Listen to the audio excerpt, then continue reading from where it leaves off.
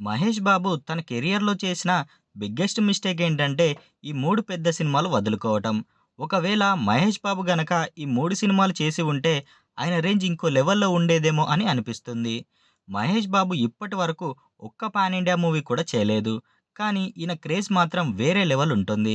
Late అయినా లేటెస్ట్‌గా వస్తారు మహేష్ బాబు. ప్రెజెంట్ రాజమౌళి డైరెక్షన్‌లో వస్తున్న 'వారణాసి' సినిమా చేస్తున్నారు. ఇది పాన్ ఇండియా మూవీ కాదు. ఏకంగా గ్లోబల్ ఫిల్మ్.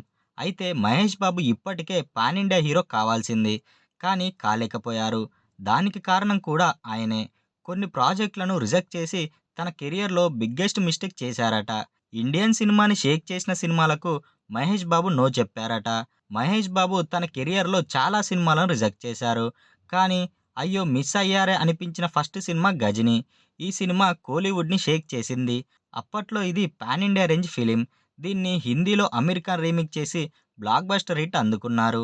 ఈ మూవీ స్టోరీని director AR Murugadoss first Mahesh బాబుకే చెప్పారట. కానీ ఆయన రిజెక్ట్ చేశారట. దీంతో సూర్య చేసి బ్లాక్ బస్టర్ హిట్ అందుకొని సూపర్ స్టార్ అయిపోయారు. ఆ తరువాత మహేష్ బాబు వదులుకున్న మరో సినిమా 'పుష్ప'.